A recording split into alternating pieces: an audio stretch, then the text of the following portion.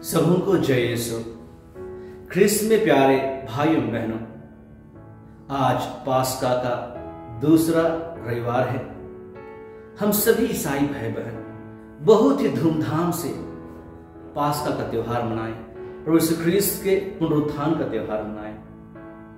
यीशु ख्रिस्त का मृतकों में से जी उठना अर्थात पुनरुत्थान हमारी ख्रिस्त विश्वास का मूल आधार है। पुनरुत्थान की सच्चाई को शिष्यों को बतलाने के लिए प्रभु ने पुराने व्यवस्थान में जो वचन लिखा है उसके बारे शिष्यों को बतलाते हैं। इतना ही नहीं, प्रभु के आगमन के बारे में जितनी भी भविष्यवाणी हुई थी उनके बारे में प्रभु बतलाते हैं। इन सभी रहस्यों को जानने के लिए प्रभु ने उन्हें शिक्षा दी, लेकिन वे जानने में असमर्थ रहे। प्रभु के पुनरुत्थान के बाद शिष्य विस्मित हो गए थे, वे भयभीत हो गए थे, वे बिखरने लगे थे।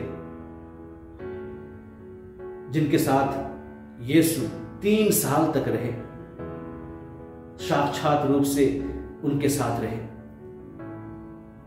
सभी शिष्यों ने उनकी शिक्षा सुनी, उनके साथ सुसमाचार का प्रचार करने के लिए विभिन्न जगहों पर गए।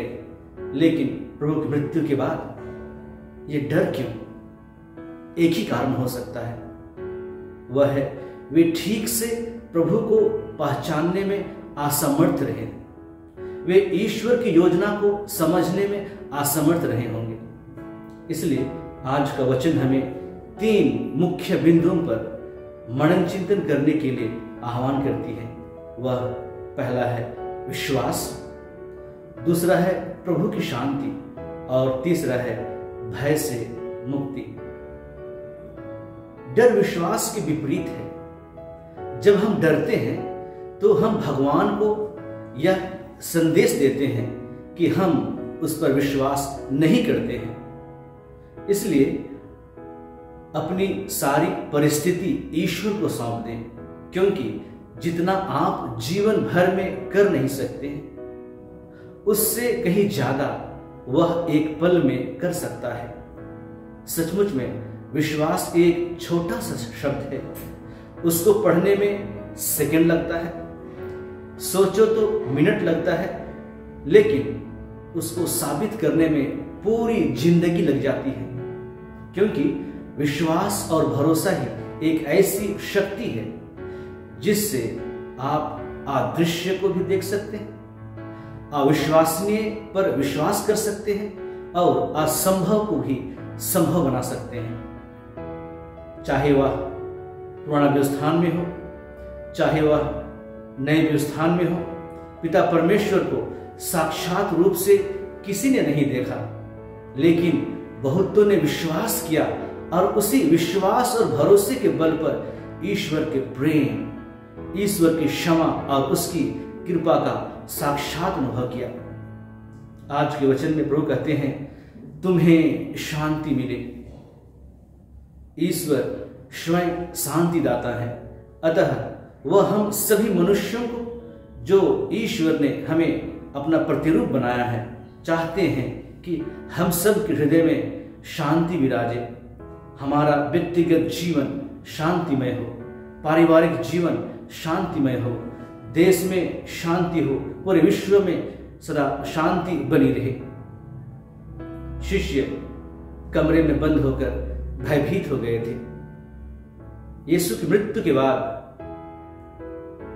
उनके जीवन में अशांति छा गई थी, वे डर गए थे। इसलिए प्रभु उन्हें कहते हैं, तुम्हें शांति मिले। जब तक इंसान का मन शांत नहीं होता है, तब तक वह अपने जीवन में सफलता हासिल नहीं कर सकता है। किसी ने कहा है, खुद की भूख मिटाने से पेट को शांति मिल सकती है, लेकिन दूसरों की भूख मिटाने से मन को शांति मिलती है।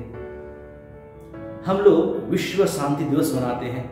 संत पापा हर एक वर्ष इस विशेष दिन में पूरी दुनिया को शांति का संदेश देते हैं। वे निर्देश देते हैं, वे आह्वान करते हैं कि पूरी दुनिया में शांति विराजे। हर मनुष्य इस संसार में शांति की तलाश में है। सचमुच में आज प्रभु की शांति की आवश्यकता है। हमें यह मालूम होना चाहिए कि शांति हमें कैसे मिल सकती है, व्यक्तिगत जीवन में, चाहे वो पारिवारिक जीवन में, देश में या पूरे विश्व में।